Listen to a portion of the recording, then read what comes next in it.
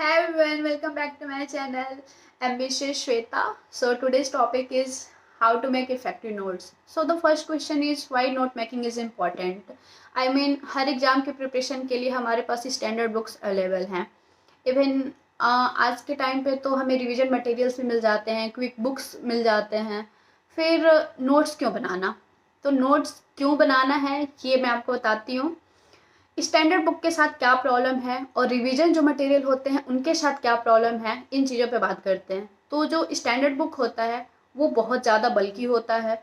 आप एग्ज़ाम से 1 महीना पहले, 10 दिन पहले, 15 दिन पहले आप उसका रिवीजन नहीं ले सकते हो. आप लक्ष्मीकांत रिवाइज कर सकते हो क्या 1 महीना पहले, और लक्ष्मीकांत आप रिवाइज कर सकते हो और उसके साथ कितनी चीज़ें रिवाइज करोगे, क्योंकि सिर्फ और सिर्फ लक्ष्मीकांत ही नहीं रिवाइज करना है. आपको पॉलिटी भी पढ़ना है, आपको हिस्ट्री भी पढ़ना है, आपको ज्योग्राफी का भी रिवीजन लेना है, साथ साथ आपको करंट अफेयर का भी रिवीजन लेना है.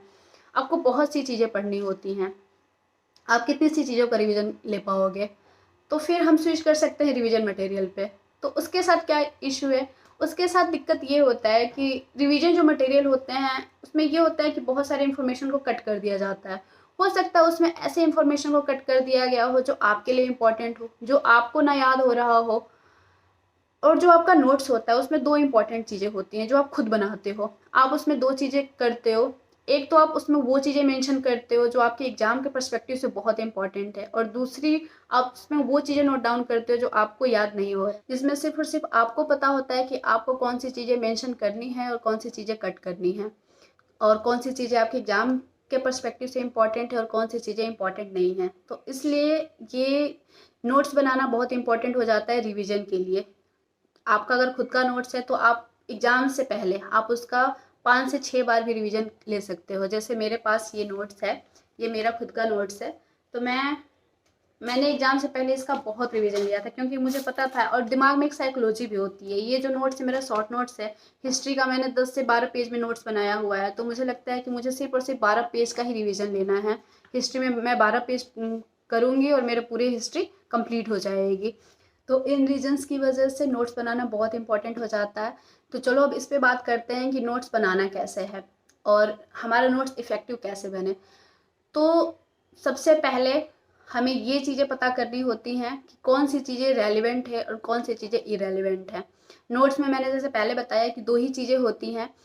एक वो चीज़ें हम अपने नोट्स में मेंशन करते हैं जो हमारे एग्ज़ाम के लिए बहुत इम्पोर्टेंट है और हमसे याद नहीं हो रहा है, और दूसरी चीज़ें हमसे याद नहीं हो रहा है जो हम याद रख ही नहीं पा रहे हैं. हम बहुत ट्राई करते हैं याद करने का, जैसे गवर्नर जनरल का टाइम पीरियड, उनके द्वारा जितनी भी चीज़ें की गई हैं वो मुझे याद नहीं होता था. बहुत सारे जो टाइम लाइन हैं, टाइम पीरियड हैं कि किस टाइम पे क्या चीज़ें हुई हैं, बहुत सारे जो रिवॉल्ट हैं, पीजेंट मूवमेंट हो गए, सिविल रिवॉल्ट हो गए, वो मुझे याद नहीं होता था.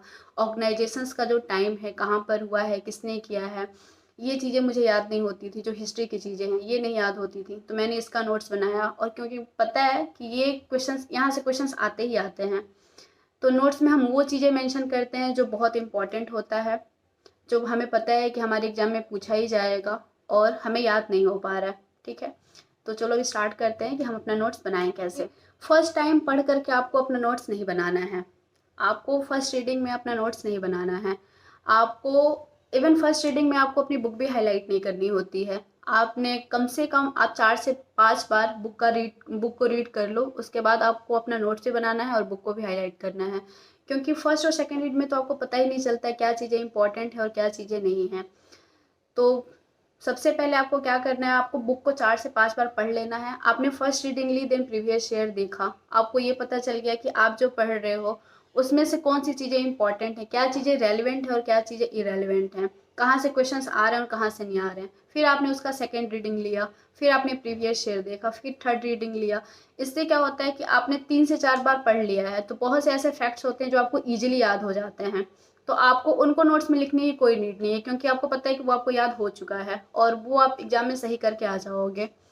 तो आप अपने नोट्स में वो चीज़ें लिखोगे जो आपको कितना भी याद करने पे याद नहीं हो रहा है. बहुत सारे इंपॉर्टेंट कुछ फैक्ट्स हो गए, कुछ डेट्स हो गए जो आप याद नहीं रख पा रहे हो, वो आपको अपने नोट्स में लिखने हैं. फिर आपने कई बार प्रीवियस ईयर देख लिया है तो आपको ये समझ में आ गया कि ये एग्ज़ाम के पर्सपेक्टिव से इम्पॉर्टेंट है. तो जो एग्ज़ाम में आने वाली चीज़ें हैं और वो बहुत इंपॉर्टेंट लग रही हैं और आपको थोड़ा सा भी डाउट है कि नहीं ये मैं नहीं याद रख पा रही हूँ, तो उसको भी आपको अपने नोट्स में लिख लेना है। सेकेंड चीज़ें आपको ये करनी है कि आपको हर चीज़ अपने नोट्स में नहीं लिखना है, ये बिल्कुल भी नहीं करना है। ऐसा नहीं कि आपने पढ़ा और आपको लगा कि हाँ ये भी इम्पोर्टेंट लग रहा है तो चलो इसे भी लिख लेते हैं, ये भी इम्पोर्टेंट लग रहा है तो इसे भी लिख लेते हैं। इस पे एक जोक्स वो वायरल हुआ था कि चलो ये भी लिख लेता हूँ कहीं यूपीएससी एग्जाम में ना आ जाए। तो ये चीज़ें आपको बिल्कुल भी नहीं करनी है, क्योंकि सारी चीज़ें इंपॉर्टेंट नहीं होती हैं। और किसी भी एग्जाम में लाइक यूपीएससी की अगर मैं बात करूँ तो 150 क्वेश्चन पूछे जा रहे हैं, तो अगर आप 100 to 110 भी अगर आप मार्क्स ला रहे हो तो आप सेफ हो।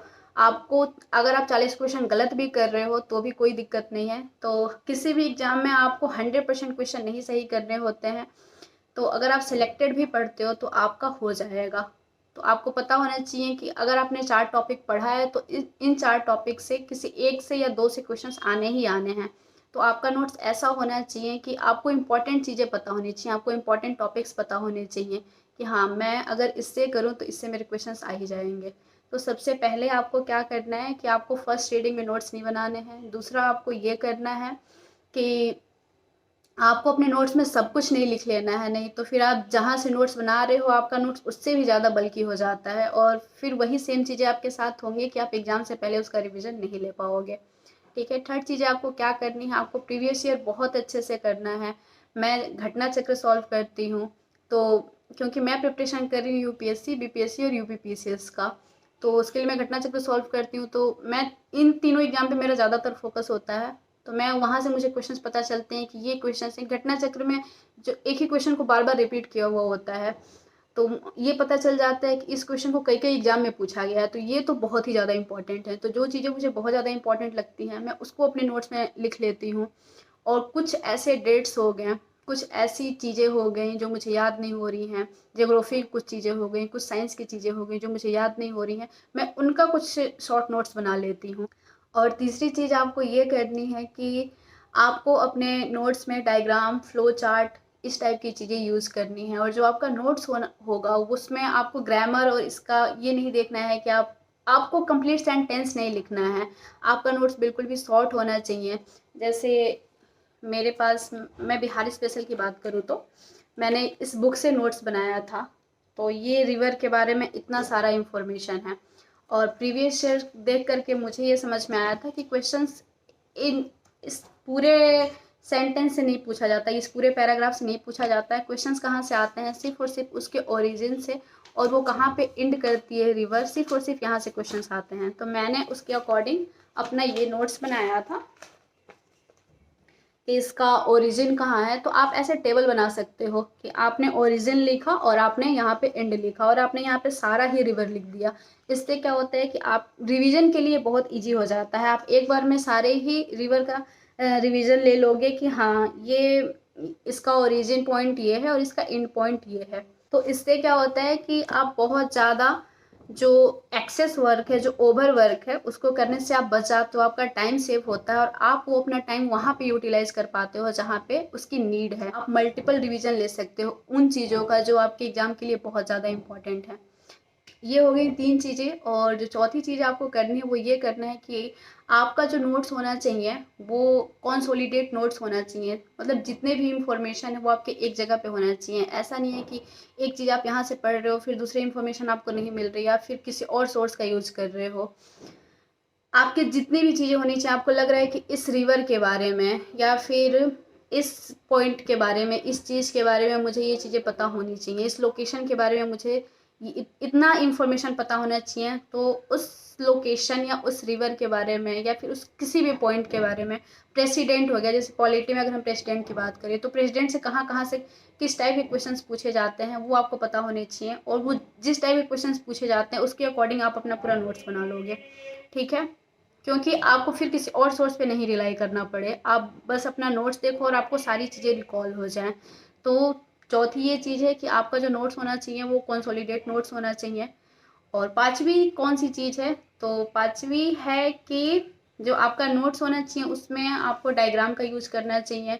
कुछ कुछ ऐसी चीज़ें होती हैं जो आपको सेंटेंस के फॉर्म में नहीं याद रह पाता है, आपको सिर्फ आप जैसे डायग्राम देखते हो वैसे ही वो चीज़ें याद आ जाती हैं। जैसे मैंने इसका डायग्राम बनाया हुआ है, इंटरफेरेंस, रिफ्रैक्शन, पोलराइजेशन और डिफ्रैक्शन। तो मैं इस का जैसे ही देखती हूँ, मैं अपने इस डायग्राम को देखती हूँ, मुझे सारी चीज़ें रिकॉल हो जाती हैं। तो पांचवी ये चीज़ हो गई कि आप अपने नोट्स में डायग्राम का यूज़ करोगे। और छठी ये चीज़ हो गई कि आप अपने नोट्स को ऐसे टेबल के फॉर्म में बना लोगे। इससे क्या होगा कि आपका टाइम बहुत ज़्यादा सेव होता है। जैसे इसमें मैंने बनाया है आरबीसी, डब्ल्यूबीसी और प्लेटलेट्स के बारे में लिखा है। तो आप आरबीसी के बारे में अलग से पढ़ो और फिर डब्ल्यूबीसी के बारे में पढ़ो, फिर प्लेटलेट्स के बारे में पढ़ो। उससे क्या होता है कि आपका बहुत ज़्यादा टाइम वेस्ट होता है। उसके कंपेरिजन में ये चीज़ें बहुत इजी हो जाएंगी कि आपने आरबीसी के बारे में लिख दिया, आरबीसी, डब्ल्यूबीसी और प्लेटलेट्स तीनों को एक साथ लिख दिया। फिर इन तीनों के नए नाम क्या हैं, तीनों का फंक्शन क्या है, इसका शेप क्या है, इनका प्रोडक्शन कहाँ पे होता है, इनका लाइफ स्पेन कहाँ पे है, आप तीनों को एक साथ याद कर पाओगे। और बहुत सारे तीनों में कुछ ना कुछ सिमिलरिटीज होंगी, कुछ ना कुछ डिफरेंसेज होंगे। तो बहुत सारी सिमिलरिटीज को मैंने एक पेन से लिख दिया है, लाइक रेड पेन से लिख दिया है। तो उससे मुझे याद करने में, जैसे कि आरबीसी जो होता है इसमें न्यूक्लियस एब्सेंट होता है और प्लेटलेट्स में भी न्यूक्लियस एब्सेंट होता है। तो इन दोनों को याद करना मेरे लिए बहुत ईजी हो गया कि हाँ, दोनों में ही न्यूक्लियस एब्सेंट होता है। तो इस तरीके से आप अपना नोट्स बना सकते हो। तो 6 इम्पॉर्टेंट कीज़ थे जिसके थ्रू आप अपना इफ़ेक्टिव नोट्स बना सकते हो। तो अगर आपको ये वीडियो अच्छा लगा हो तो आप प्लीज़ चैनल को लाइक करो, सब्सक्राइब करो और प्लीज़ दूसरों को भी शेयर करो। Thank you.